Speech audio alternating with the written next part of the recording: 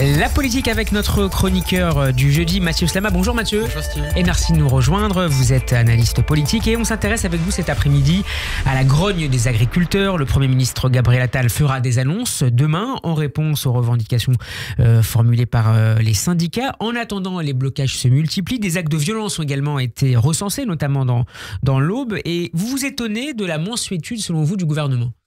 Alors oui, c'est vraiment la première remarque que je voudrais faire par rapport à ce mouvement.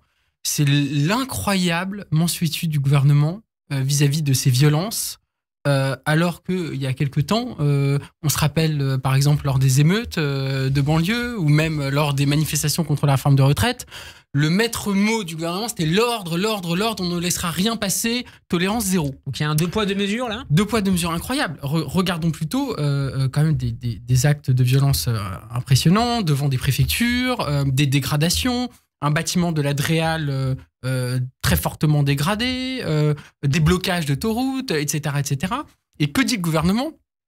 Le gouvernement dit, notamment par la voix du ministère de l'Intérieur, il faut avoir de la modération dans la réponse policière à ce qui se passe. Et on a entendu même un préfet dire on n'envoie pas des policiers contre des gens qui souffrent.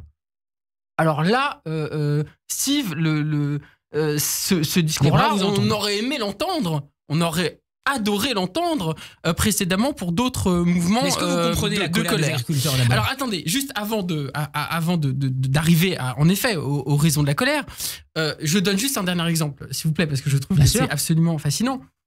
Donc, il y a quelques jours, l'autoroute A16 était bloquée par des agriculteurs.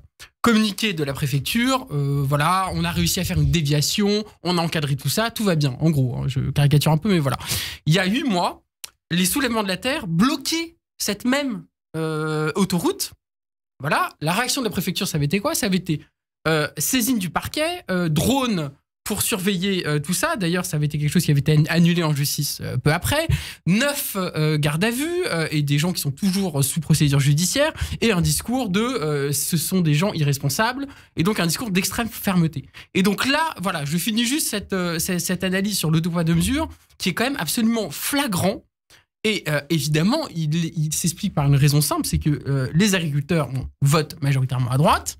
Les agriculteurs ont voté majoritairement pour Emmanuel Macron, et donc il y a un enjeu électoral énorme. Et en plus de ça, alors il y a une autre explication, c'est que qui soutient ce mouvement notamment, et après on va rentrer dans le fond de tout ça, mais c'est la FNSEA qui est le principal lobby de l'agrobusiness, qui représente notamment les très gros exploitants, voilà, et qui évidemment a une influence énorme aujourd'hui et qui a l'oreille très attentive du gouvernement. Donc pour toutes ces raisons-là, le gouvernement traite les manifestants de manière différenciée en fonction qu'ils représentent un intérêt électoral ou non. Voilà. Et ça, je le dis juste pour finir, je trouve ça scandaleux. Mathieu, qu'est-ce qui nourrit selon vous la colère des agriculteurs et de ceux qu'on appelle déjà les gilets verts? Alors, il y a deux interprétations de cette colère et c'est pour ça que je dis qu'il faut être très prudent par rapport à tout ce qui se passe. Il y a d'un côté ce que nous dit notamment la FNSEA et on va dire les gros exploitants qui, je le dis, ce ne sont pas eux qui souffrent de la situation, mais passons.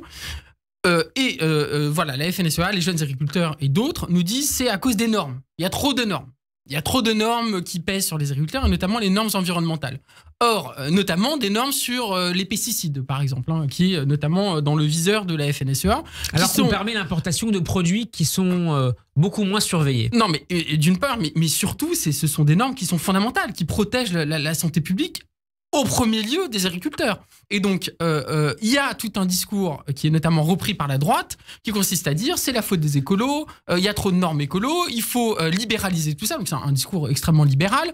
Et c'est pour ça que souffrent les agriculteurs. Ça, c'est la position de la FNSEA, qui est un discours libéral, de droite, classique, et qui est un discours d'ailleurs qui est repris notamment par Monsieur Marlex, le patron de LR à l'Assemblée nationale, qui nous explique que c'est la crise actuelle et le modèle agricole français a été tué par des bobos écolo-bobos. Voilà. Et un peu le discours comme de gauche, vous n'acceptez pas. Vous considérez pas non seulement j'accepte pas, mais on peut pas sacrifier l'écologie et la question environnementale sur l'autel du productivisme, parce qu'au fond c'est ça. La FNSEA défend le productivisme. Je rappelle quand même que la PAC, qui est la dernière PAC qui a été votée, 80% des subventions de cette PAC vont aux gros exploitants. Donc en fait c'est ce modèle-là. c'est ce modèle productiviste qui profite aux gros exploitants et on va dire de manière générale à l'agro-business, qui aujourd'hui, on voit, arrive à bout de souffle. Et alors de l'autre côté, donc voilà, l'autre colère qui s'exprime, mais celle-là, je pense qu'elle est tout à fait entendable.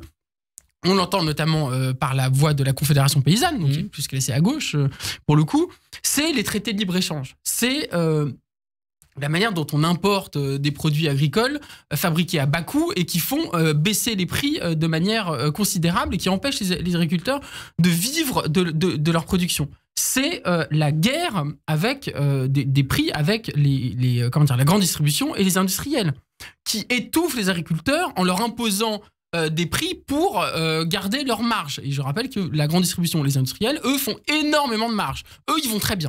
C'est des agriculteurs qui ne vont pas bien. Donc, c'est au final ce système,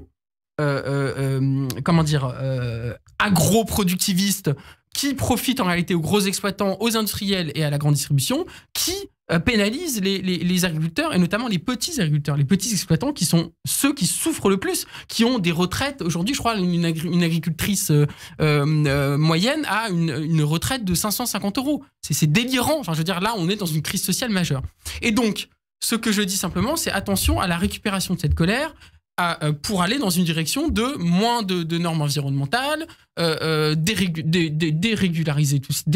tout ça, et aller vers plus de libéralisme qui en réalité a déjà commencé sur le plan politique puisque le patron des Républicains, Alex Ciotti, a notamment demandé à Emmanuel Macron, je cite, d'écouter la colère des agriculteurs et d'y répondre. LR qui a proposé 42 propositions, qui a mis sur la table 42 propositions face à cette crise agricole. Pourquoi LR s'empare-t-il de cette crise selon vous à quelques mois notamment des européennes? Oui, c'est par rapport aux européennes et parce que les agriculteurs sont un vivier électoral de droite et parce que ils interprètent toute cette colère à l'aune de pas assez de libéralisme. Et donc ça leur permet d'avancer leur idéologie, leur programme qui consiste à dire il y a trop de normes.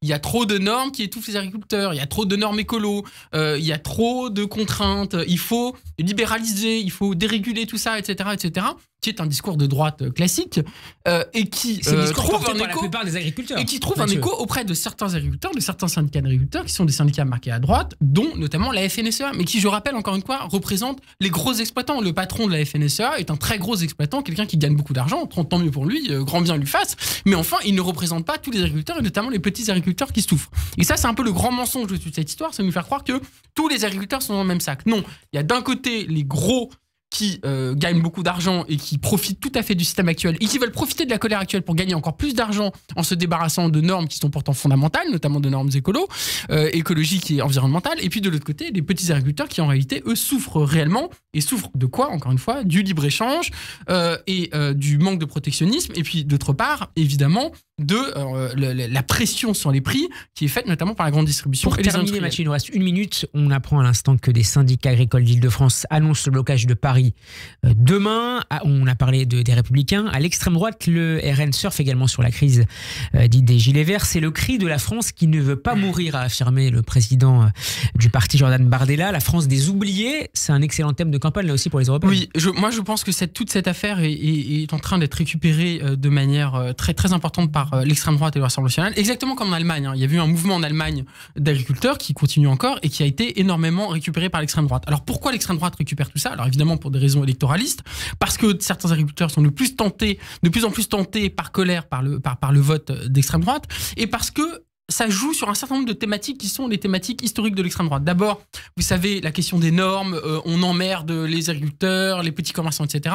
C'était la grande thématique du poujadisme. Et ça, c'est quelque chose que l'extrême droite a toujours avancé comme argument dans ses idées et dans ses programmes. Donc ça, c'est quelque chose qui a toujours été historiquement appartenu au camp de l'extrême droite. Et il y a aussi une forme de nationalisme anti-européen, c'est-à-dire tout est la faute de l'Europe, tout est la faute du projet européen, etc., etc. Il faut revenir à un nationalisme, un protectionnisme qui est en réalité pas du tout social ou quoi que ce soit, c'est juste du nationalisme. Et enfin, je finis juste en un mot, il y a une espèce d'éloge un peu réactionnaire de la paysannerie française, c'est le vieux modèle français, et donc il faut préserver...